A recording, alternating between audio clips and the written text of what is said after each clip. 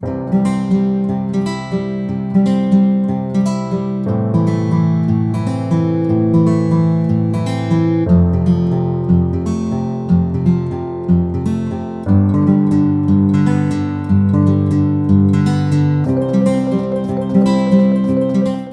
Friends, welcome back to my channel that's back ventures academy. आज हमारा जो subject है that is called as the machine learning. तो इसका सबसे फर्स्ट वाला टॉपिक जो है that is well posed learning problems. तो यहाँ पे हम कुछ प्रॉब्लम्स डिस्कस करेंगे और उनके सॉल्यूशंस, ठीक है। तो चलिए स्टार्ट करते हैं हमारी डेफिनेशन।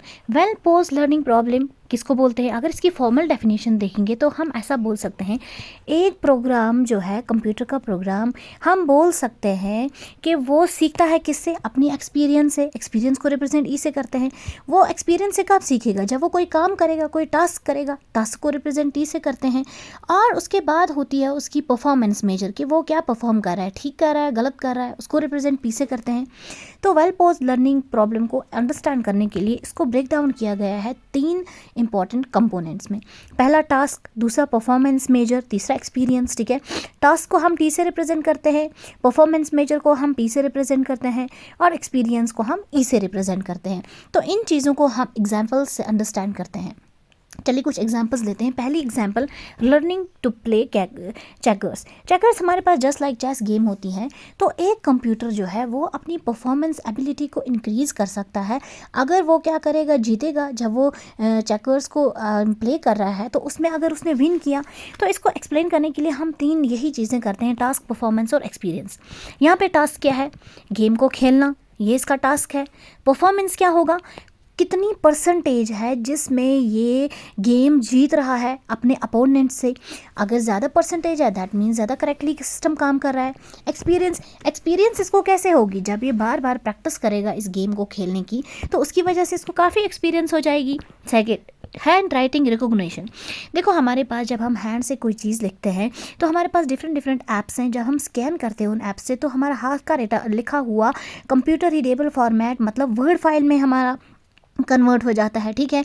जब हम फाइनली हम नोट्स भी बना सकते हैं हैंड रिटन को।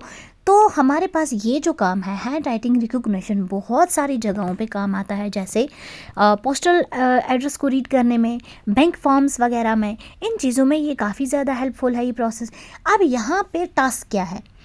इसको रिकॉग्नाइज़ करना, हैंड रिटन को रिकॉग्नाइज़ करना, ठीक है। सेकंड, परसेंटेज, परफॉर्मेंस, कितनी परसेंटेज ये करेक्टली आइडेंटिफाई कर रहा है वर्ड्स को। 10% वर्ड्स को अंडरस्टैंड कर रहा है, 20%, 50% वो है परसेंटेज। देन दियर एक्सपीरियंस, तो वो हैंड रिटन वर्ड्स जिसको उसके बाद क्लासीफाई किया गया है डेटाबेस में, तो कितने वर्ड्स हैं, तो उनको ये एक्सपीरियंस देखता है कि कौन से वर्ड्स जो है ई कैसे बंदा लिख रहा है, डी कैसे लिख रहा है, तो उससे वो लर्न करके एक्सपीरियंस उसमें आ जाती है। Third, robot driving learning problem. Suppose हमारे पास एक रॉबर्ट है जो कि 4 वे पे ड्राइव कर रहा है गाड़ी। उसको गाड़ी को ड्राइव करने के लिए उसकी अंडरस्टैंडिंग जो है वो जस्ट लाइक ह्यूमन होनी चाहिए, इंसानों की तरह उसकी अंडरस्टैंडिंग होनी चाहिए। अगर इंसानों की तरह उसकी अंडरस्टैंडिंग नहीं थी तो क्या होगा? एक्सीडेंट होगा, ठीक है। तो ये प्रॉब्लम आ सकती है इसमें। अब देखो हमारे पास हम कुछ ऐसे साइट स्कैनर्स का इस्तेमाल करते हैं या कुछ ऐसे advanced machine learning development services का, कुछ एल्गोरिदम्स का इस्तेमाल करके इस रॉबर्ट को हम उस लाइक बनाते हैं कि ये बिहेव करता है जस्ट लाइक ह्यूमन। इसमें वो सारी चीज़ें आ जाती हैं जो एक नॉर्मल ह्यूमन बीइंग अंडरस्टैंड कर सकता है। अब यहाँ पे टास्क क्या है? टास्क है 4 वे हाईवे पे चलना, पब्लिक में ड्राइव करना। और यहाँ पे ड्राइव किसकी वजह से होते हैं? साइट स्कैनर्स की वजह से स्कैन होता है। सेकंड, परफॉर्मेंस क्या होगी? अब एरर से पहले, अब इंसानों में भी गलतियाँ होती हैं, उनको भी एक्सीडेंट होते हैं, मशीन्स में भी एरर हो सकती हैं। एरर से पहले एवरेज डिस्टेंस कितनी इसने की थी, कवर की थी, तो वो इसकी परफॉर्मेंस रहेगी। ज़्यादा की थी तो ज़्यादा एक्यूरेट सिस्टम है, कम की थी तो इसमें और हमें करनी पड़ेगी अपलिफ्टमेंट। एक्सपीरियंस, तो यहाँ पे देखेगा ये ऐसा देखेगा कि जैसे ह्यूमन बीइंग कैसे चलता है, क्या कर रहा है, जब गाड़ी आ रही है तो राइट मुड़ रहा है या लेफ्ट मुड़ रहा है, तो वो एक्सपीरियंस अपने अंदर डेवलप करेगा। और इस एक्सपीरियंस को देखने के बाद वो एक रॉबोट तैयार हो जाता है ह्यूमन बीइंग की तरह और वो गाड़ी चला सकता है। Third, spam filtering from email learning problem. हमारे पास देखो स्पैम मैसेज आती हैं बहुत सारी। तो स्पैम फिल्टर एक ऐसा सॉफ्टवेयर है जो अनडिज़ायर्ड ईमेल्स को या स्पैम ईमेल्स को हमारे इनबॉक्स तक पहुंचने से रोकता है। उन मैसेज को ये पहले ही क्या कर देता है, ख़त्म, उनको हमारे इनबॉक्स तक आने नहीं देता है। ये हमारा कौन सा है, स्पैम फिल्टर। तो अब हमारे पास टास्क यहाँ पे क्या है, टास्क है सबसे पहले ये देखना कि जैसी ईमेल आई देखना कि क्या ये स्पैम है या ये इम्पॉर्टेंट है।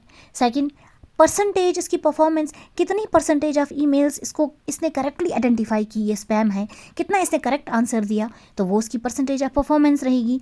देन देयर इज़ एक्सपीरियंस, ये ऑब्जर्व करता है कि कौन सी मैसेज को हम स्पैम बोलते हैं, कौन सी हम नॉन स्पैम बोलते हैं। उसको ऑब्जर्व करने के बाद इसको एक्सपीरियंस हो जाता है और ये सॉफ्टवेयर खुद से काम करता है। अब life cycle of machine learning, तो देखो ये बहुत ही इंटरेस्टिंग सब्जेक्ट है मशीन लर्निंग। यहाँ पे हम मशीन लर्निंग एक ऐसा प्रोसेस है, एक ऐसी टेक्नोलॉजी है जिसकी वजह से हम अपने कंप्यूटर्स को इस काबिल बनाते हैं कि वो खुद ही विदाउट प्रोग्रामिंग वो चीज़ें सीखते हैं अपने बलबूते पे, ठीक है। तो हमारा एक मशीन लर्निंग प्रोग्राम काम कैसे करता है उसके लिए अंडरस्टैंड करना हमें बहुत ज़रूरी है, इसकी लाइफ साइकिल, कि ये पहले क्या स्टेप करेगा फिर क्या स्टेप करेगा। देखो रॉबर्ट्स हैं, उसको हमने इंसानों की तरह बना दिया, रोबोटिक्स, ये सारी चीज़ें, तो इसमें हम मशीन लर्निंग का इस्तेमाल करते हैं। तो एक मशीन लर्निंग प्रोजेक्ट की लाइफ साइकिल जो है ये एक साइक्लिक मेथड है और इसी प्रोजेक्ट की लाइफ साइकिल की बुनियाद पे मशीन लर्निंग प्रोजेक्ट काफ़ी इफेक्टिव बन जाता है। तो प्राइमरी गोल, अगर हमें किसी भी प्रॉब्लम का सोल्यूशन फाइंड करना है तो उसके लिए इम्पॉर्टेंट है कि कुछ स्टेप्स फॉलो करें मशीन लर्निंग प्रोजेक्ट, और वही स्टेप्स को हम लाइफ साइकिल बोलते हैं। सबसे पहला स्टेप होगा डेटा कलेक्शन या डेटा गैदरिंग। तो नाम से पता चल रहा है यहाँ पे ये क्या करेगा, रिलेटेड प्रॉब्लम्स के रिलेट जो डेटा है उसको गैदर करेगा। इस स्टेप में different various type of data को कलेक्ट किया जाता है डिफरेंट सोर्सेज से। फिर उस कलेक्ट किए हुए डेटा को जो हमने डिफरेंट सोर्सेज से लाई हैं उनको इंटीग्रेट किया जाता है। ये हो गया पहला स्टेप, क्योंकि पहले हमें डेटा तो गैदर करना है। Second, preparation of data. यहाँ पे जब हमने डेटा गैदर किया तो उसको प्रिपेयर करना है फर्दर प्रोसेसिंग के लिए। तो यहाँ पे डेटा को एक अप्रोप्रिएट लोकेशन में डाला जाता है और इसको प्रिपेयर किया जाता है ताकि हम इस पे मशीन लर्निंग ट्रेनिंग दे पाएँ इस पर, ठीक है।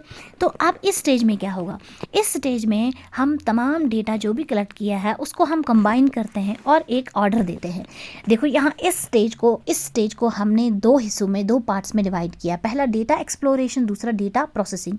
डेटा एक्सप्लोरेशन का मतलब है जहाँ पे हम डेटा को अंडरस्टैंड करते हैं, लर्न करते हैं। देन डेटा प्रोसेसिंग, यहाँ पे इस स्टेप में हम अपने डेटा को प्रिपेयर करते हैं फर्दर एनालिसिस के लिए, ठीक है। थर्ड स्टेप इसकी लाइफ साइकिल में है डेटा रैंगलिंग। तो यहाँ पे ये एक ऐसी प्रोसेस है जिस प्रोसेस की वजह से हम अपने डेटा को क्लीन करते हैं, हम वेरिएबल्स को सिलेक्ट करते हैं और हम अपने डेटा को एक ऐसे सूटेबल फॉर्मेट में कन्वर्ट करते हैं जो फॉर्मेट हमारे पास सूटेबल हो, किसके लिए, एनालिसिस फेज़ के लिए। क्योंकि डेटा रैंगलिंग के बाद एनालिसिस फेज़ आती है, हमें डेटा एनालिसिस के लिए भेजना है, तो हम इस डेटा को क्लीन करेंगे। कौन सा डेटा इंपॉर्टेंट है, कौन सा डेटा हमारे पास इंपॉर्टेंट नहीं है, वो सब क्लीन करके डेटा हो गया हमारा रैंगल। देन डेटा एनालिसिस, इस स्टेज पे हम कुछ एनालिटिकल मेथड्स यूज़ करते हैं जिसकी वजह से डेटा को एनालाइज किया जाता है। यहाँ पे मॉडल्स को क्रिएट किया जाता है, चाहे आप रॉबोट के मॉडल को क्रिएट कर रहे हैं, ऑटोमेटिक कार को कर रहे हैं, कुछ भी, और आउटकम को एग्जामाइन किया जाता है। Then fifth step, train model. यहाँ पे डेटा सेट्स का इस्तेमाल करके इस मॉडल को ट्रेन किया जाता है। सिंपल मान सकते हैं, डेटा को ट्रेनिंग दी जाती है, यहाँ पे मॉडल्स को ट्रेनिंग दी जाती है। मॉडल्स को ट्रेनिंग दी जाएगी with the help of different algorithms, different rules, different patterns. Robot को इंसान की तरह अगर सोचना है तो उसमें वैसी मैकेनिज्म हमें फिट करना होगा, तो यहाँ पे ट्रेनिंग स्टार्ट हो जाती है।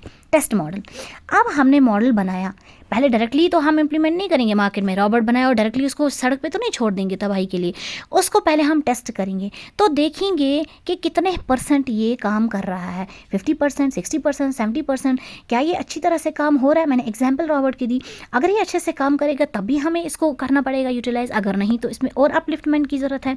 देन डिप्लॉय मॉडल, इसके बाद अगर हमें श्योर हो गया कि ये करेक्ट है 100% या 99% करेक्ट है, तो इसके बाद हम इसको अपने रियल सिस्टम्स में इम्प्लीमेंट करते हैं और उसके बाद ये प्रोड्यूस करेगा एक्यूरेट आउटपुट रिजल्ट, जो कि हम लोगों को, जो कि यूज़र्स की रिक्वायरमेंट होती है, उनकी नीड्स होती हैं। तो देखो कितना ही अच्छा और बहुत ही इंटरेस्टिंग टॉपिक था।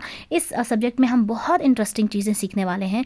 तो आप अगर मेरे चैनल पर नए हैं, चैनल को सब्सक्राइब करें, लाइक करें, शेयर करें और बेल आइकन प्रेस करना ना भूलें।